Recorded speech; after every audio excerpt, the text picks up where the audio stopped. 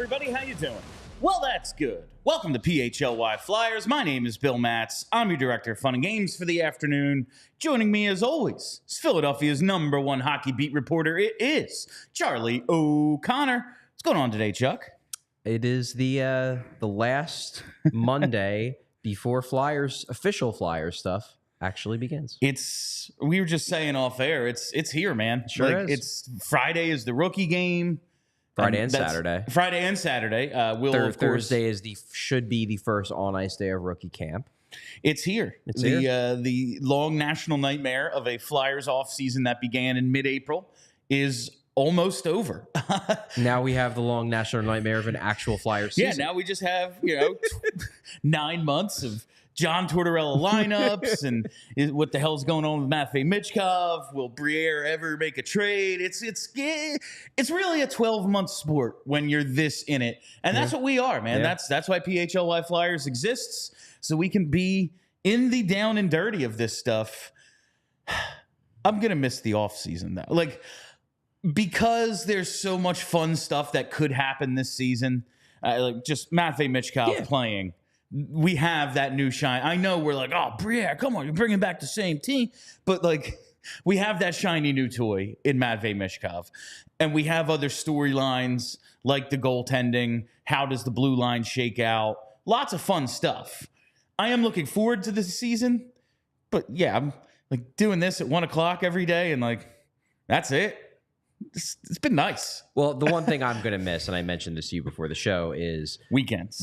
Yeah. Because I made a point this summer, which I didn't do in past summers, which was I'm actually going to allow myself to have weekends in the summer and not have this feeling in my head, I should be working. I should be reporting. I think, no, I'm not doing work on weekends unless I absolutely have to because I deserve it and boundaries should be set.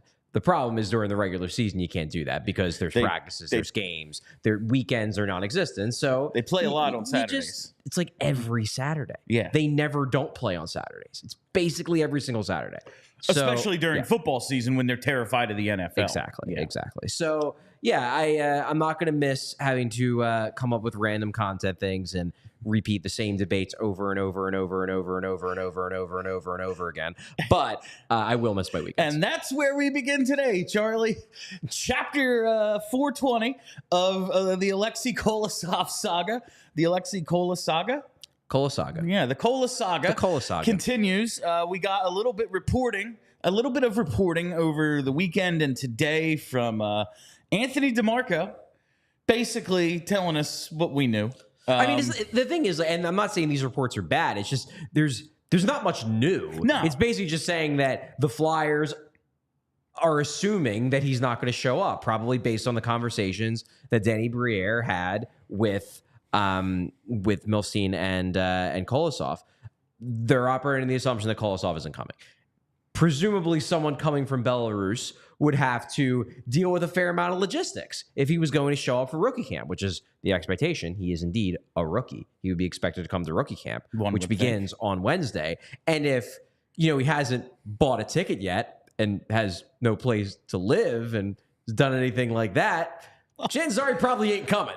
Maybe he really liked the hotel and he wants to go back to the hotel, Charlie. But yeah, it was September 6th. So what was that? Friday. DiMarco tweeted, I'm told Alexei Kolosov has begun practicing with Minsk. What the player in his camp do next will certainly be interesting. Stick Taps, the Hockey News Hub, helped me track this development down. And then this morning, he tweeted, I just had it in front of me. Oh, it's on the screen. Well done. You're the best, Bryn. While it is not officially confirmed, the expectation is that Alexei Kolosov will not be reporting to Philly training camp. In the event of this assumption is that the contract will be told, similar to Ivan Fedotov's 2 years ago. And that's where I kind of wanted to start with this is... Okay.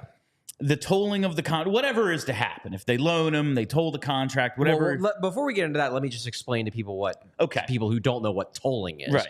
Basically, what tolling the contract means is that right now, Alexei Kolosov has 2 years left on his entry-level contract. Last year was the first year. The Flyers loaned him back to the KHL, back to Dynamo Minsk. That was planned. So that first year, the ELC was burned. If you toll a contract, essentially what it means is that the player did not show up. The player did not adhere to the terms of the contract. He did not report. He didn't show up for work. But that doesn't mean that year 2 of the entry-level contract just gets burned, because he never actually fulfilled the terms of the contract. So what happens is basically just gets pushed back a year. And technically, if Kolosov does not ever show up this season, or there isn't some sort of agreement, mutual termination, something like that the two sides agreed to, technically this year just never happened. And year 2 of his entry-level contract, in theory, would be the 2025-2026 season instead of the 2024-2025 season. And it just kind of keeps getting pushed back. I think that's interesting background, because we use words like told, assuming everyone knows what they are. And we're going to be talking about it for the next 20 minutes probably. So I want to make sure everyone actually understands what that means. That's good, because we talked about it with Fedotov whenever, but more people are watching or listening than whatever the hell we talked about. We want to keep growing that audience. Probably on Broad Street Hockey, like 2 years ago or whenever it was, with when this all went down with Ivan Fedotov. But that is where the difference begins to me. Whether he's under contract, that's the difference between he and Cutter Gauthier. It's a big difference. And that's huge. It's a very big difference. Cutter was like, I'll just stay in school, never sign, and then you lose me for nothing, so trade me now. They would have gotten a second-round comp pick. They would have got the 7th pick in the second round. Yeah. Cool. That's great. Not the best. The 5th pick, I guess. Yeah, in the second round. That does nothing for you when it's up until the day they drafted Matvei Michkov. He is the number 1 prospect without much of a challenge, quite honestly. Right. You lose him for, quite honestly, nothing. Alexei Kolosov, whether they come to an agreement, he shows up, I guess in this event, not showing up, but they come to an agreement, they loan him, the contract is okay, it's another year burned of the ELC, or they told the contract and say, show up or you're never going to play in the NHL. Yeah, we have your NHL rights. We have your NHL rights in perpetuity. Yeah, I'm going to say that exact same word. We have this forever. Yep. It's ours. Yep. There's guys who's like, if Eric Gustafsson ever wanted to come back, he'd have to come back to the Flyers or be traded. Original Eric Gustafsson. I know what you're talking about. And it is, because I've had some people ask me that. Won't the Flyers ultimately just terminate the deal if he just never shows up? And the thing is that, are there scenarios where maybe the Flyers are incentivized in some way or another to just say, fine, we're done with the Alexei Kolosov experience? Yeah, it's possible. I can't rule out entirely that this all ends someday with Kolosov getting his contract terminated. But look at this from the Flyers' perspective. What's like the worst case scenario for the Flyers in this situation? The worst case scenario is he refuses to come over to play for the Flyers. They say, and then he tells them, he swears up and down, I just want to stay in the KHL my whole career. I never want to come over and play in North America. I want to stay home. I just don't want to have this hanging over my head. And the Flyers like, okay, fine, we'll terminate the deal. You're good. And then a year later, he changes his mind, signs with the Rangers, and becomes their next star goalie. That would be the worst case scenario, where then it's not just you lost this theoretical concept, but he never came over and helped anybody. If they terminate the deal, Kolosov could theoretically sign with anybody. Yeah. And then if he's real good for another team, the Flyers have to spend the next decade watching him be real good for another team. Whereas if they just keep tolling the contract, yes, the KHL ultimately may not care, and maybe sometime down the road they decide to, disregard agreements with the NHL and things like that, because it's a very weird situation all around, given, the fact that they're not allowed to be in international play. The memorandum of understanding has been torn up between the KHL and the NHL, so it's all very weird.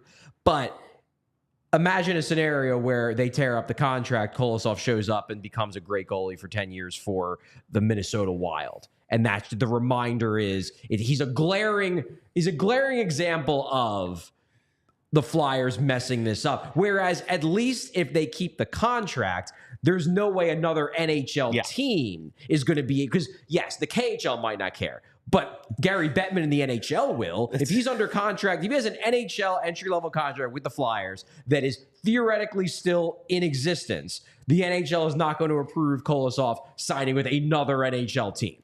No. That is out of the question. So the tolling is honestly just as much to prevent Kolosov from going off and signing with another NHL team and really screwing over the Flyers as it is to keep his rights. You cannot allow that to happen. Yeah. Because this is what will happen. The Flyers Ducks 2029 Stanley Cup final, Alexei Kolosov in net. Yeah. Like that is what would happen. Yeah. Without a doubt. It just seems very Flyers. It would just be, that's what's going to happen, man. But no, it's you maintain his rights. They don't have to do anything. And as we saw with Fedotov, the KHL, like you just said, they don't care. They said with Fedotov, we don't recognize tolling of contracts. Like, he's ours. Good luck. Like, that is basically what the KHL said to the Flyers. It is true, but by the same token, they did ultimately figure that. They figured it out. Fedotov Yes. did come over. Yes. The Flyers were very obviously involved in secretive, clandestine negotiations with the Russian oligarchs and everyone trying to figure that out. And they ultimately came to a resolution. So I'm not. The reason why this is fascinating, and again, we're still, I guess, 2 days away from the players actually showing up for rookie camp, 3 days away from them first hitting the ice. So we'll see. Maybe Kolosov pulls a fast one on everyone and will show up, and then suddenly he's just going to be like, "Nah, I don't know where all this crap came from. I was always coming." Just telling you guys. That would be hilarious. That would be so funny. But operating under the assumption that Kolosov is not going to show up for rookie camp, and then presumably will not show up for main camp, it's going to be really fascinating to see where this one goes, because what you said is true. He really doesn't have a lot of leverage here, aside from convincing another KHL team to go to war with the NHL and the IAHF, just like the way that CSKA went to war over Fedotov. Will Mintz do it? Maybe, but here's the thing. They have all their goalies. They just signed another They one. have 3 goalies under contract. Now, that's not necessarily going to stop them. I'm sure they could find a way out of it if they really wanted to, but they've clearly been preparing for a world without Alexei Kolosov too. Yeah. So I don't know if it's a certainty that Kolosov will get signed by a KHL team that wants to go through the battle that Fedotov's team went through with the NHL, with the IHF, with the KHL, with everything. So if he's not playing in the KHL and he won't come over to play in the NHL, what's he going to do? Is he going to just go? He's just going to sit there and go get practice? a job? I'm not sure. I understand, and maybe we'll get into this today. Maybe we can get into this later in the week, when we start to come to determinations on who messed this up. Let's set that aside for a second, and let's just say that Kolosov's hockey career is in the balance here. And I understand why the Flyers are basically saying to him, at least to this point, you signed a contract, dude. You can't play for anybody else. So if you want to play professional hockey without starting up a big old incident, you got to play for us, and we ain't going to loan you. We're not going to terminate the deal. To this point, we're not going to trade you. And if your whole thing is you want to stay over there, who in the NHL would want you? Because you don't want to come over. So why would they trade for you just to loan you out and pay your salary for you to play in Europe again? You're 22. You've played 3 AHL games, maybe? Is it 2? Like, no one's guaranteeing you NHL time. That no one's seen you.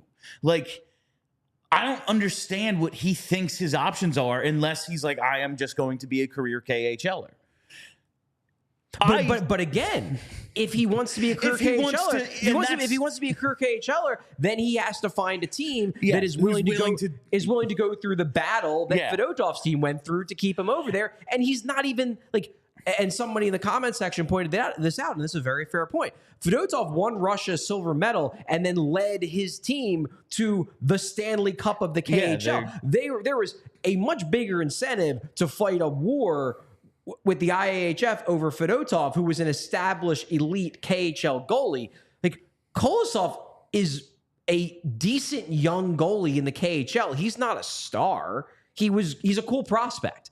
But he's not a guy who necessarily everyone's going to be trying to bang their agent's door down to sign. I'm really fascinated to see how this is going to play out, because if he doesn't show up to camp, this basically then becomes a staring contest. Yeah. And I don't know if the Flyers are wrong to think that Kolosov's ultimately going to be the one who blinks first. It depends, like you said, on like another team wanting to go through all that. And even with like Fedotov individually, Like, obviously, right now, Russia banned from IIHF competition, so it's not a major concern. But they want to be unbanned at some point. They want to be unbanned. Yes, and that's the key. You would think, like, the Russians love playing for Russia. Yeah. Fedotov can't. Like, if he's not allowed. If Russia was just allowed back in tomorrow, he's suspended for like 2 years. Yeah. From like he individually from international competition because he violated like the terms of whatever the memorandum of understanding by staying over and signing a contract with the team, even though he was under contract. So like he individually is banned. Yeah. That you would assume happened to Kolosov as well if he were to find a team willing to jump through all these hoops. Yeah. I mean, it's a little bit different, I guess, because technically Kolosov is not Russian, he's Belarusian. Right. But right. There's a reason why Belarus has been subject to a lot of the same sanctions because Belarus and Russia are pretty tightly tied. The same place. I mean, it's not, but like Belarus is a very strong ally of Russia to the point where, I mean, it's very close. Let's put it that way. So there's a lot going on here. I'm just saying that this is going, if he doesn't show up, this is going to more or less turn into a staring contest. Now, maybe the two sides find a way to resolve it. Maybe there is an NHL team that is interested in trading for Kolosov, and they talk to Kolosov, and Kolosov tells them, I'll come over if I'm traded to Nashville or something. And then they work something out. The Flyers get a mid to late round pick, and they wash their hands of the situation, and it's like, okay, but I don't think they're going to terminate the deal. I don't think they're going to agree to a loan. So if they're not going to do one of those two things, I don't know what Kolosov can do other than try to convince a KHL team to go to war for him. It's going to be interesting. I wonder. Now, like you said, we'll get into maybe once it's actually he's not here, anyone gets a chance to actually talk to Danny, talk to Jones, whoever, figure out who's actually at fault here. But this does kind of seem like a Kolosov problem as much as, listen, this is a bad look for the organization. It just is. Yeah, it is. Coming on the heels of the Cutter Gauthier situation. Yeah. Having this happen twice to two of your top prospects looks bad for the organization, regardless of whose fault it actually is. Because of that, do you think it's best for the Flyers to just go, sorry, man, tolling the contract, you're ours, this is a you problem, come over, or we have your rights in perpetuity, and you never even get, like, you don't even get to the point of, all right, ELC's over, time to start making some real money, and, like, it's not as if that's BS money, but it's not millions of dollars like Fedotov is making now, you know? Sure. You're not going to get to that point, good luck, figure out your career, or do you go, all right, man, let's kick the can one more time, because of this perception, like, we just don't want to go to war with another top prospect of ours. We're going to loan you another year, and let's talk in March. I would be surprised. You would be surprised if they agreed to a loan? I would be surprised if at this point they cave. Because that would be, loaning Kolosov at this point would be very publicly caving to a prospect who, and we rank Kolosov in our top 10. He's a good prospect. He's not a great prospect. And there's a reason the Flyers goalies aren't like their goalie prospects aren't thought like the Flyers like what they have. Yeah, they do. But nationally, the thought isn't, oh, you know who has a stockpile of goalies is the Flyers, man. They got 3 guys who are like, it's like, oh yeah, we'll see. Yeah, they got intriguing guys, but not necessarily guys that everyone around the league loves. I don't know if the Flyers want to set the precedent that they cave to their prospects. And this is a situation, you pointed out the Gauthier comparison, and obviously it's an understandable comparison. You got 2 guys, 2, well-known prospects who ain't coming. Who have, well, in some way form. But you two prospects that have ended up in situations where they've had a dispute with the organization. Yes. That's fair. But as you noted, the key difference is that Gauthier never signed a contract. And that in part was because of the college thing. I suspect that if he had gone the CHL route where you can sign a contract right after being drafted, he probably would have signed into that contract. And then if he would have had his change of heart, he also would have been under an ELC. And then it's like, well, tough shit, dude. You signed a contract. But he didn't. He went the college route. You can't sign a contract until you're ready to leave college. So they didn't have him under contract for when he made his change of heart.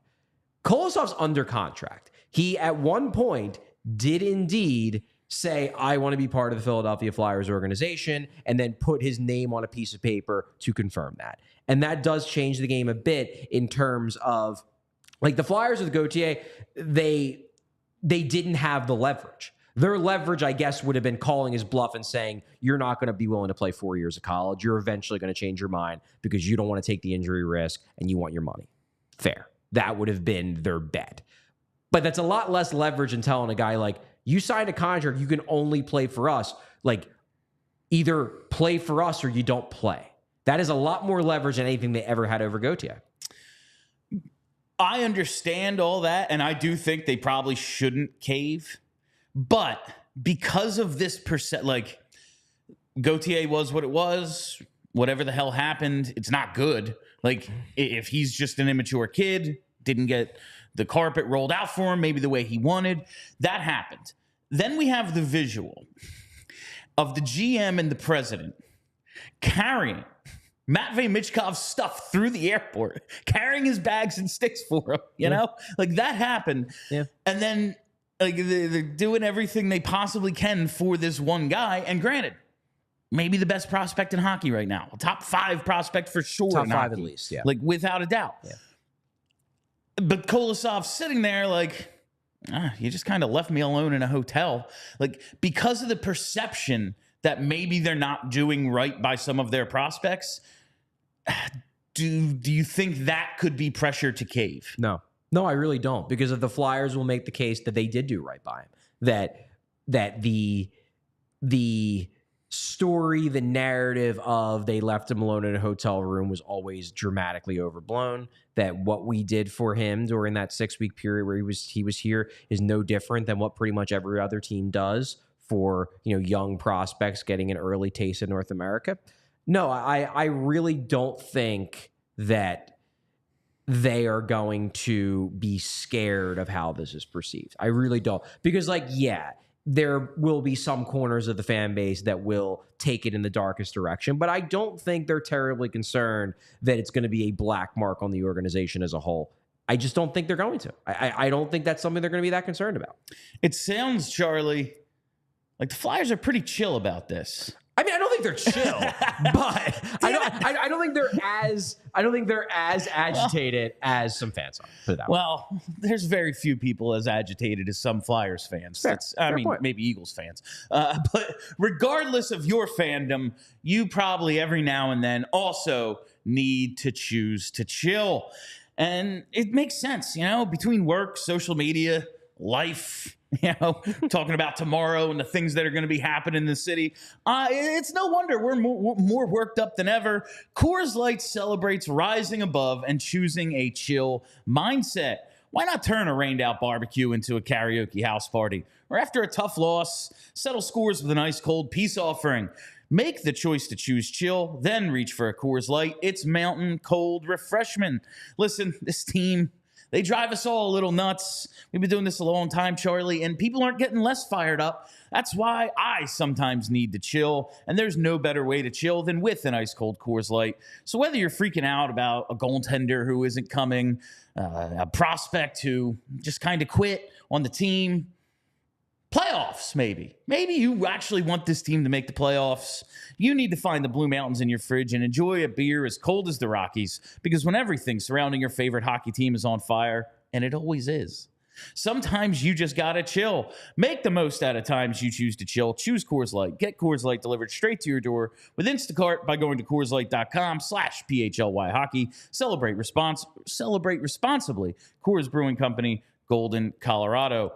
While we're here, you know, it's nice to chill every now and then, but there's some things you really need to take seriously, like your banking choices, for instance. And so sad. I'm just get like 6 out of 10. I'm trying out of 10 here, man. It's from beer to TrueMark. It's tough, but you know what isn't tough? Making the choice to switch to TrueMark Credit Union. TrueMark Financial makes switching from your bank to a credit union super easy for you. Why do you want to do it, though? Well, let's start with the ownership structure. It's a very simple thing to wrap your mind around. The big bank you probably bank with right now, it's probably a for-profit institution owned by shareholders, and their primary goal is to generate profits for those shareholders. While as a credit union like TrueMark Financial, it's a not-for-profit financial cooperative owned by the members. That's right. So if you live or work in Bucks, Chester, Delaware, Montgomery, or Philadelphia County, you're eligible to join, and the member benefits include great rates, lower fees, personalized service like great financial advice. There's advisors right on site in any of the dozens of local branches to provide personalized financial planning and expertise, teach you about goal setting for long-term financial security. I tell you all the time, TrueMark, their thing is being a part of the community, and that's what they do. They don't just have cookie cutter, different services. Okay, yeah, this is your account. Here you go. Boom. No, they sit down with you and actually discuss what your goals are and help you figure out what is the best way to address your banking needs. It's super easy to switch to TrueMark. Check out TrueMark.com/PHLY to get started. Very, very simple. TrueMark Financial is federally insured by the NCUA, is an equal opportunity lender. For more information, visit TrueMark.com/PHLY. All right, Charlie. So if Kolosov doesn't show up, which seems, by all indications, seems likely at this point he's not going to show. At least not for rookie camp. Do the Flyers need to then do something else to change the story, change the perception? Like, do you think they should then make a trade, have a jersey giveaway? I don't think they can make a trade, really, because they got the Ryan Johansen situation hanging over their heads. I talked about it earlier that their cap situation is a little bit tied up at the moment because they're not quite sure how that's going to play out. Now, granted, as far as I know, they have not officially terminated that deal yet. They have not. So they don't even have that $4 million. Yeah, but my guess is that the sides are negotiating. So they probably don't want to be doing anything big in terms of cap because they don't know how that's ultimately going to play out and what kind of cap charge they are going to have on their books with Johansen, because they very much have, like, as far as I know, the NHL gave tacit approval for them to do what they did in terms of putting him on waivers. So they could terminate that deal whenever they want to. So that's out there. I don't think they're going to make a big trade. I guess this is where I do take a little bit of a step back and remember that while I wish our show had 200,000 viewers and listeners on a daily basis, and while I wish that every Flyers fan cared a lot about the status of Alexei Kolosov, he is not that big of a deal in the grand scheme of the perception of the fan base overall. He's just not in the same way that Gauthier was. So I really don't think, like, this seems like the biggest thing in the world to us because we're very much in it. And it also seems like the biggest thing in the world to Twitter because Twitter, generally speaking, cares a lot about prospects. I don't think this is nearly as big of a deal as it may seem to us, to the point where they have to go out and do something huge to change the narrative, because I don't think the narrative is that big anyway. It's not that Kolosov individually, I think, is the biggest deal. I want him here. I want to see. Yeah, I want him here too. The way they talk about him, he might be the best goalie they have if he were to come over. There's upside We there, might absolutely. not find out like this year or halfway through the year unless there's injuries or something, but it's the Flyers. Probably going to be goalie injuries. Something's going to happen.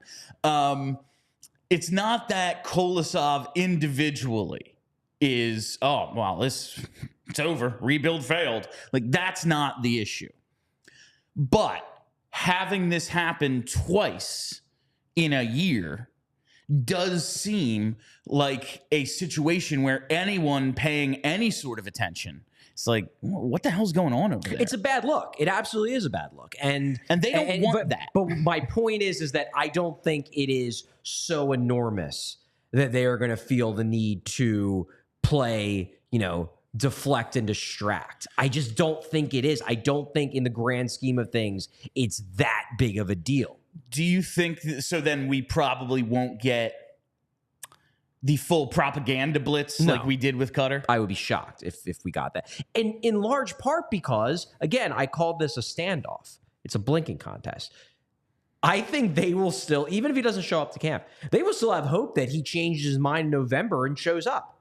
Because No team has signed him in the KHL. Minsk has gone in their own direction in terms of goalies. No other KHL team wants to be bothered with a non-blue chip goalie to have to fight with multiple entities to get him under contract and not have to worry about sanctions and all the other crap. If November rolls around and Kolosov is sick of training and wants to play hockey, they might be like, yeah, maybe October, November rolls around and he gets on a plane and flies over to Allentown. I don't think they are going like with Gauthier. It was very easy to just go full anti-Gauthier in the media because it was over. Yeah. He was no longer in the organization. He was never under contract. He was now, his rights were owned by another organization. They could hit him with both barrels because why not? This Gauthier was a guy that everyone in the fan base knew. He was a 5th overall pick. He was one of the hopes of the rebuild. They needed to go on a PR blitz because everybody in the fan base knew Cutter Gauthier. This is to steal a term from the Eagles podcast, only the sickos really, really care about Alexei Kolosov. It's true.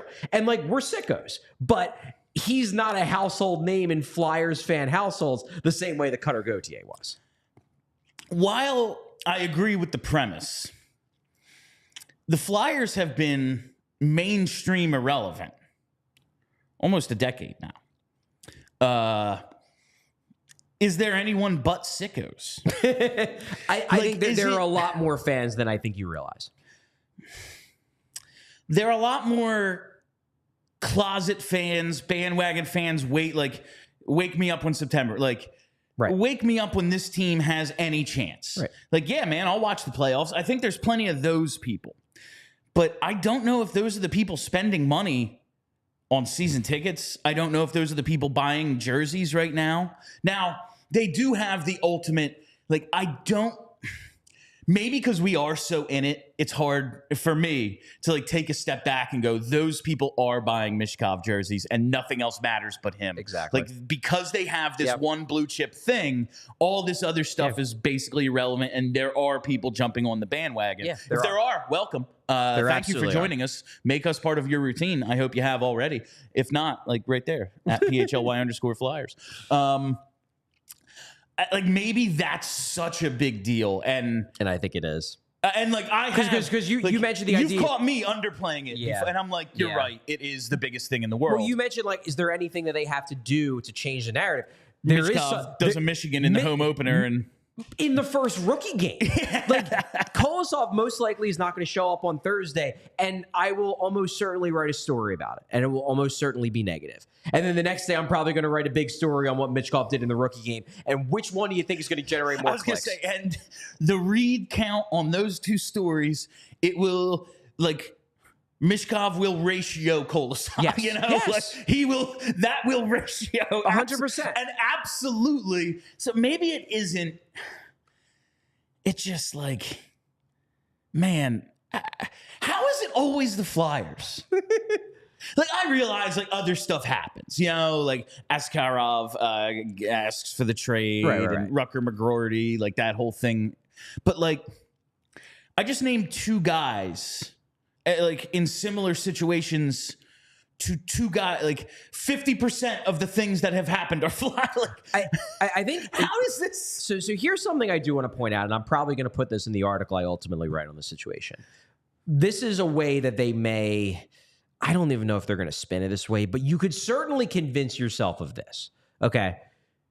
One of the reasons why I think the Flyers do deserve criticism for both of these things, for the Gauthier thing and the Kolosov thing, and why they are linked, isn't even necessarily that, because we don't know.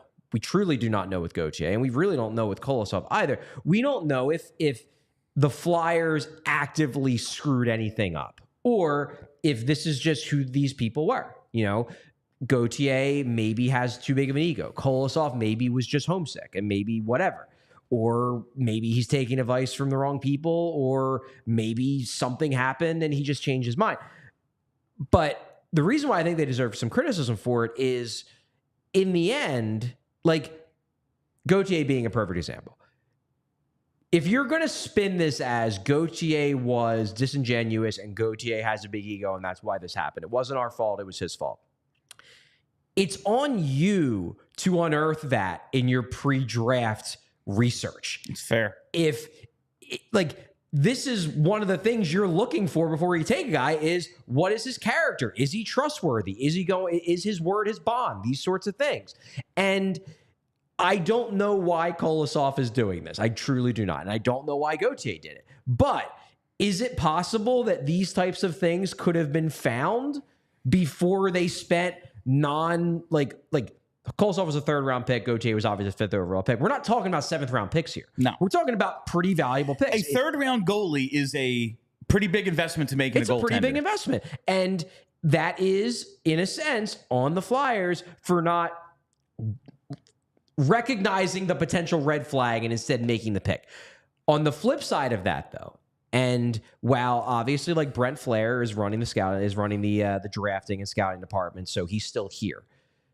Both Kolosov and Gauthier were drafted by the Chuck Fletcher front office.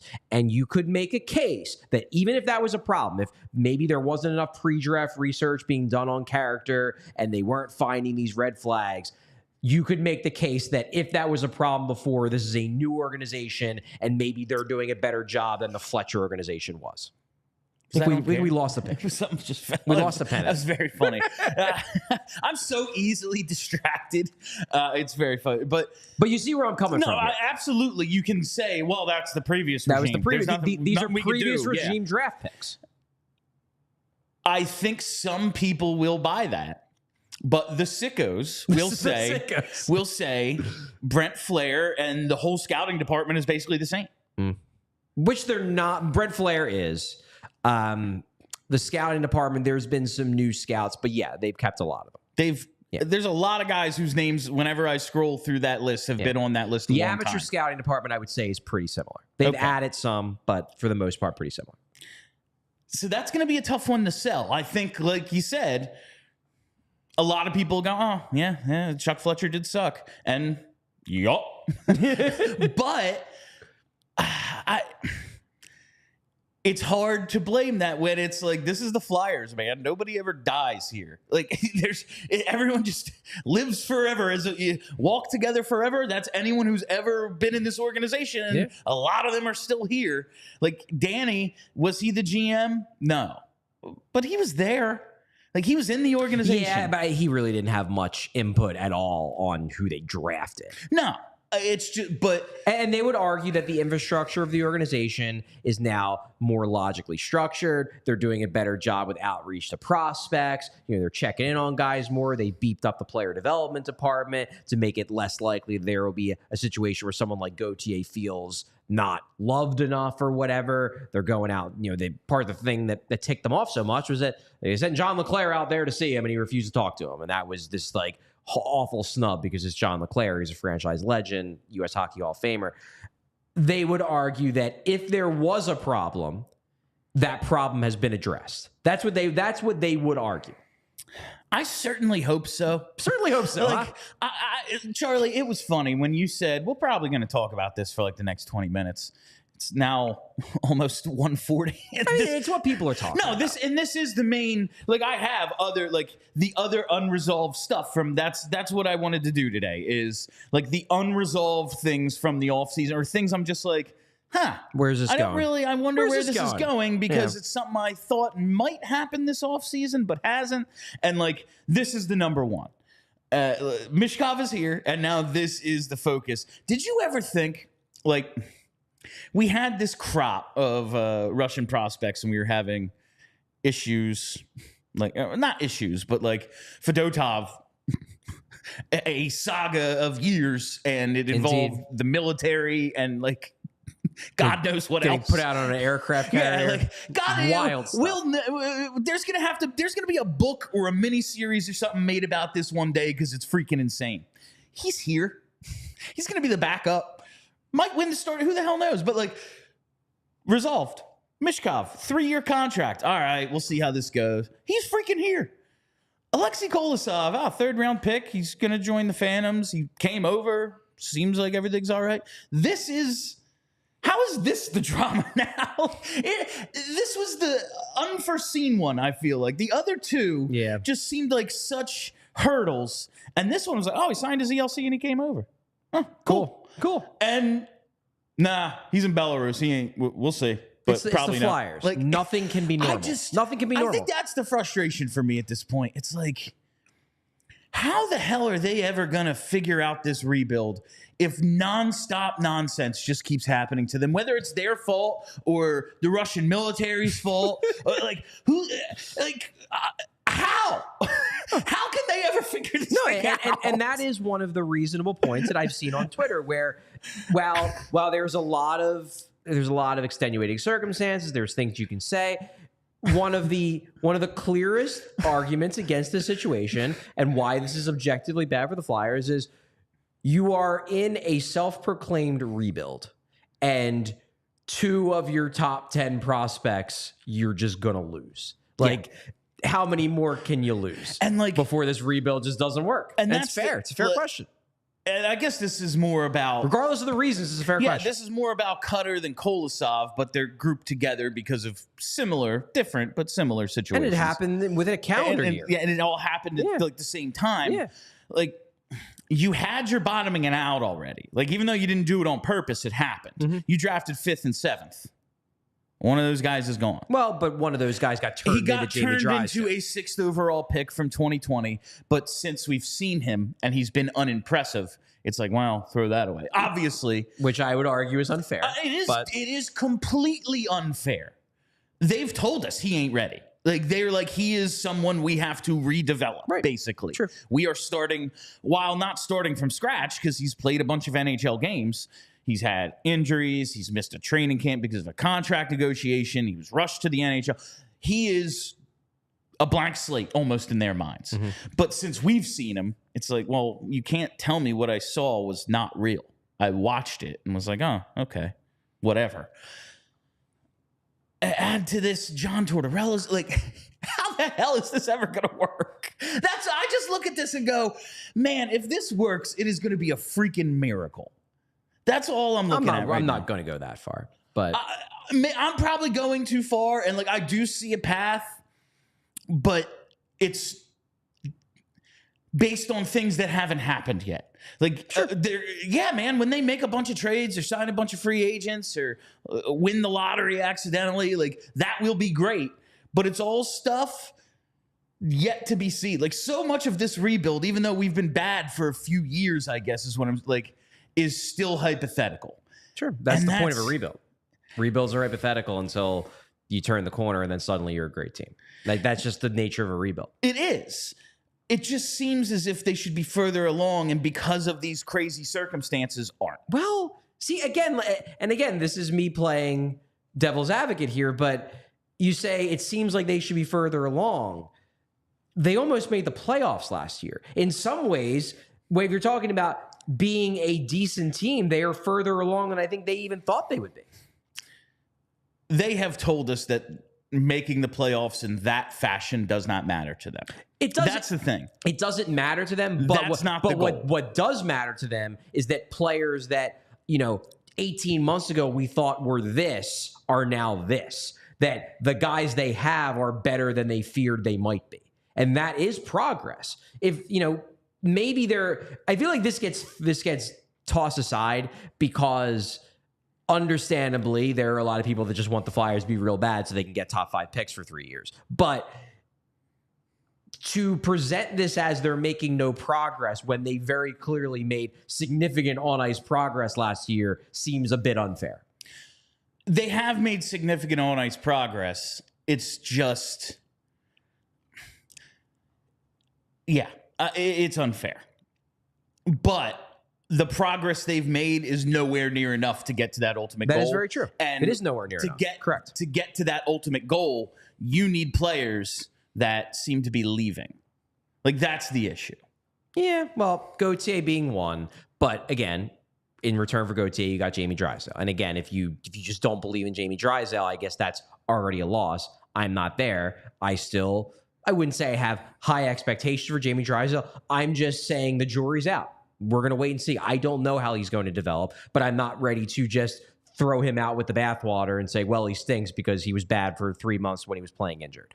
Kolosov, yes. If he just never comes over, that will be a waste of a 3rd round pick, and that will be a bummer. I don't think it is a certainty he never comes over. It doesn't look like he's coming to camp. But again, this is a staring contest. He could blink. He could. He could. Before we go any further, oh man, we started the show saying it's here, hockey season right around the corner, and you know what that means? Fall allergies as well. Fall allergies can begin as early as August and last into November. We know what the causes are at this point: ragweed, mold, plants like sagebrush, tumbleweed, pigweed, plus dust mites, pet dander, all that bad stuff. Well, fall allergies suck. I've been a sufferer my whole life, and they're a pain in the ass, quite honestly. But there are things you can do to alleviate and maybe prevent some of the symptoms. First thing, man, sign up for Rite Aid Rewards emails at riteaid.com/rewards to receive email pollen alerts for your area. If pollen count's high, maybe keep the windows closed, run an air conditioner, stay inside. Just kind of avoid the situations where the allergies might hit you. You can also go pick up a dehumidifier. Like I said, one of the main causes, mold. Well, dust mites and mold thrive in humid environments, and a dehumidifier helps take the moisture out of the air so these allergens can't grow. Go to your local Rite Aid. Pick up a dehumidifier. Keep your windows and doors closed, like I said. And if you're going to be outside, gardening, setting up the Halloween decorations, as I was last weekend, wear a protective mask and some gloves when doing all that. If these preventative measures aren't enough, check out the over-the-counter options available right now at your local Rite Aid, like a nasal rinse to help you flush your nasal passages. Check out maybe you want to get some of those allergy medicines, whether it's the Rite Aid brand or brand name Claritin, or Rite Aid brand or brand name Zyrtec, all available over the counter. And if that's not enough, maybe check out a nasal corticosteroid like Flonase or Nasacort, also available in Rite Aid brands over the counter. Still not enough relief, still have questions? Ask a Rite Aid pharmacist if a different type of allergy medication like a decongestant might be necessary. And you can always ask your Rite Aid pharmacist for recommendations on ways to get relief during allergy season. Now that you've taken care of your allergies, you probably want to have some outdoor adventures. It's freaking beautiful out this really time is. of year. This whole week, it's been apparently. so nice. Yeah. Probably want to maybe bring a snack, bring some drinks along with you. The best way to travel is with a Rugged Road cooler, because Rugged Road is dedicated to creating innovative and durable outdoor gear for adventurers who demand the best. And their products are designed with the highest quality materials and craftsmanship, ensuring they perform in the toughest conditions. Whether you're on land or water, Rugged Road gear is built to accompany you on every adventure. Like I said, you want to take it out on the boat. Maybe it's a little choppy out there. Maybe you're having a little too much fun. Toss the cooler. Well, guess what? They're floatable, and they're designed to always float upright so you never lose a drink. Thank God for that. Lightweight design as well. Unlike other heavy-duty coolers, Rugged Road coolers are incredibly light, making them easy to transport on any trip without compromising on performance, because that performance is what we care about the most. Rugged Road coolers are guaranteed to keep their contents cool for up to 7 days, and oftentimes longer than that, and they're perfect for a variety of outdoor activities, from fishing and tubing to camping and tailgating. These coolers are designed to meet the needs of every outdoor or sports enthusiast. So gear up for your next adventure with Rugged Road coolers. Reliable, durable, and built to be used, Rugged Road is your ultimate outdoor companion. Head to ruggedroadoutdoors.com and use code PHLY for 10% off today. Do it.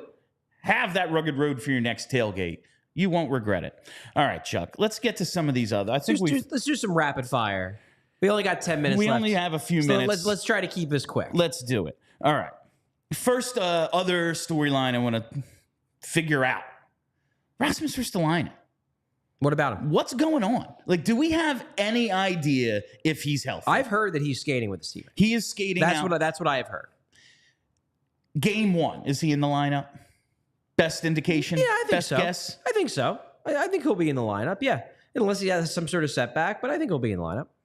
Noah Cates and Morgan Frost. Okay. Contract years. Yeah, I guess it is for both of them. They're both RFAs. They're both RFAs, but it is contract year, and that is when you have to make decisions about guys. Sure. Cates, more versatile. They believe in him as a wing as well as he's played center, but he's a wing. But Morgan Frost specifically, he's had the production to look like maybe a middle six center. If he could be consistent, you could absolutely pencil him in as a 2C, but he just hasn't been. A huge year for him coming up on a contract year. I think the big thing for Morgan Frost that gives this year potential is the possibility that he might be someone who spends a significant amount of time next to Matvei Michkov, both on the power play and then obviously at 5-on-5. Now, I don't know if that's ultimately going to be Michkov center. I think Michkov could also work quite well with Sean Couturier. It's John Tortorella, so who knows? Maybe he decides that Ryan Poehling has to be Matvei Michkov center. We truly do not know. But there is certainly a world where Matvei Michkov takes a run at the Calder and his primary center is Morgan Frost, and Morgan Frost also ends up on power play 1 feeding pucks to Matvei Michkov. That could happen. If that happens, suddenly Morgan Frost could be in line for a very significant raise. If it doesn't happen and Morgan Frost has yet another year where he goes in and out of John Tortorella's doghouse, has great months, has bad months, whatever, then you do wonder what it means for his future. Do you think his status could be affected at all by the readiness of Jet Luchanko? I very, very much doubt Luchanko is going to make this team this year. Yeah, that would be quite a surprise. It would be a big surprise. If he has a huge year in juniors, just he's the guy who they thought he was, 90, 100 points, because his teammates are a little better around, whatever. He's just that good. Goes to World Juniors, one of the best players there, like whatever. Mm-hmm. Do you think they just go, yeah, all right, that's it with Morgan? Like, do you think one could affect the other? I'm skeptical. I'm not saying it's impossible because we did see them do something similar when, and in no way, shape, or form am I saying these two are equivalent, both in terms of their pre-draft outlook and their post-draft outcomes. But we saw them do this with Nolan Patrick, where they drafted Nolan Patrick, and then the same day they drafted Nolan Patrick, they traded away Braden Shen. Yes. And one of the justifications for that trade was Nolan Patrick's going to make this team, and we're going to clear up a spot at center so that Nolan Patrick has a clear spot in the top 9 from day one. So I'm not saying that it's impossible. What I am saying is that I think there's a very real world where both Jet Luchanko and Morgan Frost are part of the long-term future. I don't think it's an either or. I think you can work it where you have both of them in your middle 6, where Morgan Frost is the 2CA and Jet Luchanko is the 2CB as he develops.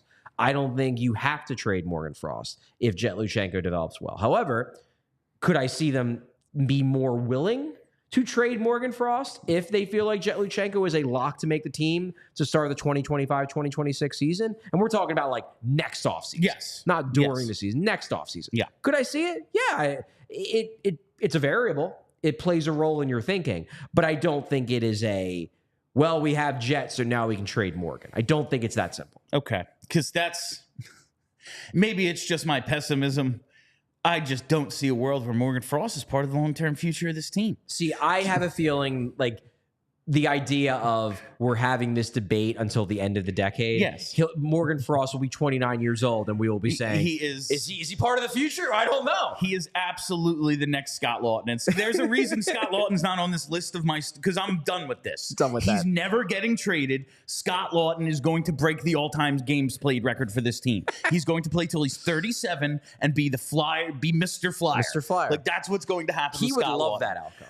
It's what's going to happen. It's going to happen. Like, barring major injury, he's never going anywhere.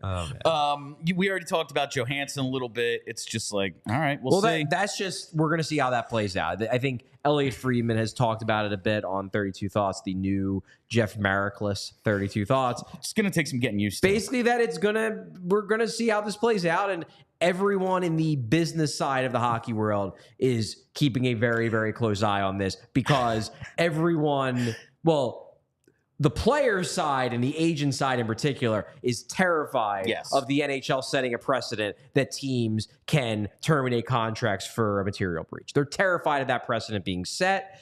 The Flyers apparently at least have the tacit backing of the NHL to potentially go this route. Maybe that leverage allows the Flyers to wiggle out of this contract in some way, shape, or form. Frost and Cates in contract years. We'll see how those things work out. Cates, I'm expecting Noah Cates to have a bounce back year, at least scoring-wise. Really his underlying 5-on-5 metrics last year were still fantastic, especially over the final maybe month and a half of the season when he was on that fourth line. really put up great when metrics. Nick Delorier came out of the lineup. Yeah. He put up great metrics. So I think there's still something there. Yeah. I just don't know how much offense is there, but I am expecting him to score more than he did last season, to be sure. But the big one is Cam York. He's entering the second year of a 2-year, $1.6 million AAV deal. Okay. He's coming off the first 82-game season of his career. It feels like York's been here forever. And Well, the other year, NHL. The other year, though, wasn't that the year where he didn't make the team out of camp? Like he's not, when you say in the first 82-game season, we're not talking about a guy who's been injury prone. No, just a guy for the first time played a full NHL season. Fair point. Okay.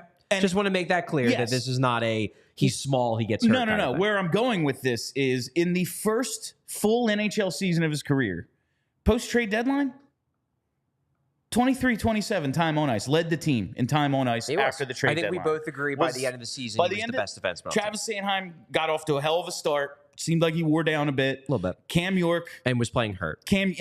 Was definitely banged up. Cam York seemed to go the other way. Right. He maybe started a little slow. He was fine, but he seemed to really pick it up in the second half. I would agree. At least by the eye test. What kind of contract do you think Cam York is going to be signing? Like, if he has a big first half, is it, all right, 8 years time? Well, do you think that's what we're looking at? They've shown with the Owen Tippett situation that if they believe in a young player, they're willing to open up the checkbook and go long term. And I like the Owen Tippett contract. I would have zero issue if they decide to go long term with Cam York. I think we had this conversation last month when we were talking about Cam York, and it was Cam York and Tyson Forrester. Yeah. We were like, who would you rather sign to an 8-year contract? And I said, I think Forrester, but if you put a gun to my head, I'd sign both of them to 8-year deals because those are two guys that need to develop well for this thing to work. So it's kind of like, might as well go for it because if they're bad, this thing ain't working anyway. Yes. Like these are guys who, while not drafted in that, top 10, it's like, but we look at them that way. Yeah. Like that's the way York was close. Yeah, the York's 14. 14. So he was close. But it's just top like half of the draft. The organization's looking at them like, no, they're not those type of guys, but actually they're going to contribute for us like they are. Yeah.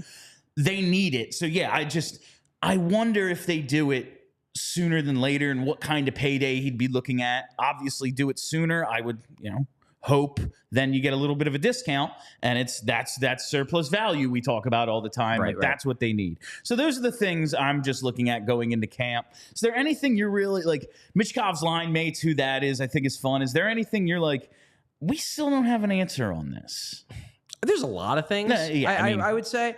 I think truthfully, look, obviously Michkov is going to be the number one storyline, justifiably so.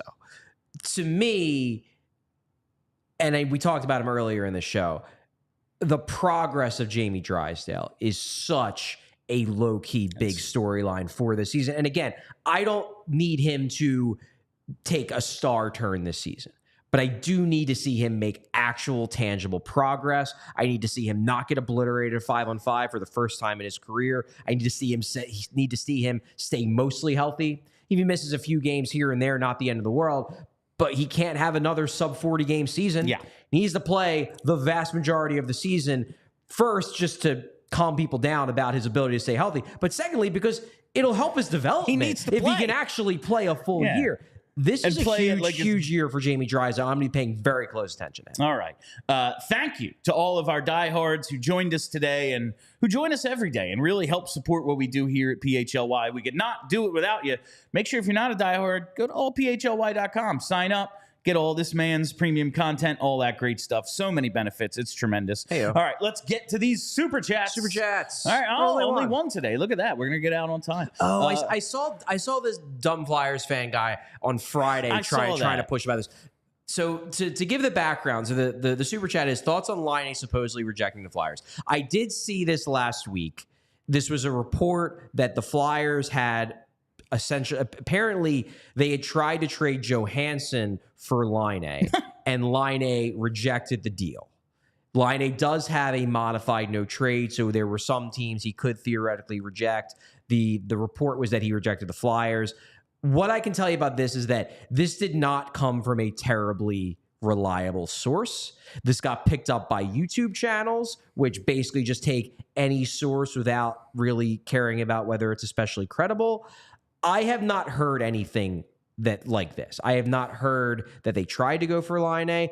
I am skeptical they did, given the fact that I don't think Torts would be cool with this. That can't be. Also, if they tried to, I would suspect that Laine might have rejected it because he doesn't want to play for Torts again, which seems reasonable. But the reason why, dumb Flyers fan, the reason why we did not talk about this is not because we were ignoring it. It is because I do not trust the report. And I won't go into a significant detail about this possibility until either I hear something or it is reported by someone who I deem to be legitimately credible. I did see something like this, and I get, like I said at the time, like this is the kind of distressed asset the Flyers should be checking in on.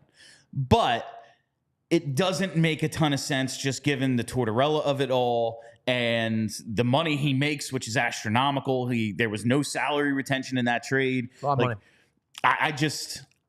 It didn't make a ton of sense to me, the Flyers going after this player specifically.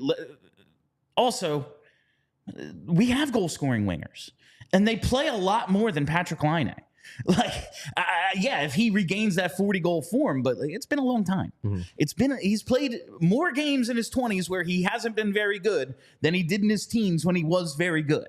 Like, it just didn't make a ton of sense to me. So I was like, maybe, but the trade that's really it. The trade makes sense for me for Montreal because they had the cap space, and they're going to see, hey, we're going to take on this guy, buy low, and then hopefully he either explodes and then maybe he's part of this when we turn the corner, or we can trade him for more assets by rehabilitating his value with us. Yeah. And then that can help our rebuild. And you never really get any value at, like, he makes almost $9 million. And if he regains his form, what's he going to sign for less?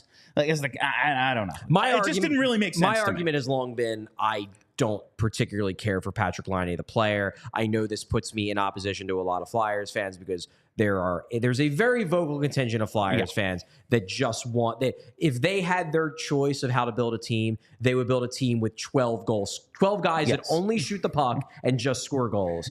And they get mad every time they miss the net. Every time they miss the net. Yeah. But there's a lot of people who just like, and you know what I'm going to say. Well, because I don't have a personal beef with this guy. Sam Carchidi is obsessed with snipers. He's been obsessed with snipers for years. And he probably shouldn't have tried to run one out of town. He puts it out into the ether every time that, like, man, the Flyers need a sniper. The Flyers have like 4 guys on their team that are pure goal scorers. Now, I don't know if they need any more. For me, they need playmakers now more than they need goal scorers. Yeah. But Sam has been fixated on the idea that Flyers need snipers for decades. And I think there are fans that very much agree with him and very much fall into that realm. I don't particularly care for Patrick Laine's style of play. So for me, this was something you were always more into than I was. I like the player and what he could be and the potential and targeting distressed assets like him. I just don't know if I particularly trust this player because he never plays.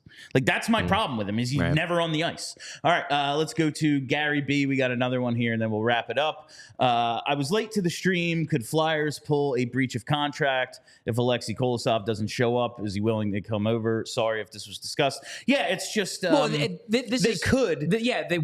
their motivation? Terminating the contract is like maybe the dumbest thing they can do. Like, this is that makes him a free agent. It's a totally different situation from the Johansen thing because they don't want him. With Johansen, they don't want him, so that they go for this breach of contract. They want to get his cap hit off the book. And neither does anyone else. That's why he's in this situation. Whereas with look, I think Kolosov's camp, I suspect, would be very open to the idea of a mutual termination. I bet they would. They would be very happy if the Flyers were like, let's just tear up the contract. They wouldn't need to do a breach of contract because if the Flyers called up Kolosov's agent and just said, hey, we're done with this, let's agree to terminate the deal and your guy can go play in the KHL now, fine. They would do that in a heartbeat. The Flyers don't want to terminate the deal because, as I talked about earlier on the show, and Gary noted that he wasn't watching early, so fair. The worst case scenario for the Flyers in this situation is they terminate the deal because Kolosov says he never wants to play in the NHL. Then 2 years down the road, he signs with the Rangers and becomes a star. Like, that would be the worst case scenario. So by keeping him under contract, at the very least, the Flyers are preventing Kolosov from burning them on another NHL team. Should have kept. Honestly, we live for that stuff, so it would be great. I don't. I know. No, the pessimistic sickos, like I am 50%.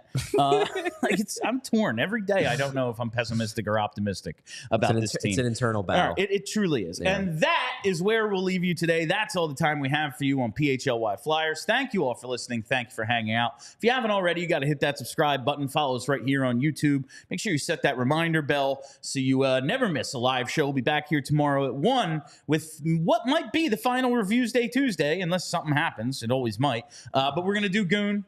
Kelly's going to be here. Yeah, Kelly's going to be here tomorrow. We're going to do Goon, get it out of the way. It's done, so that's what we're doing. Follow us on Twitter at PHLY_Flyers and follow the podcast wherever you get those. Just search PHLY Flyers. That's it. My name's Bill Matz. That's Charlie O'Connor. Until tomorrow, you stay loose and sexy, Philly. We all silly like the mayor.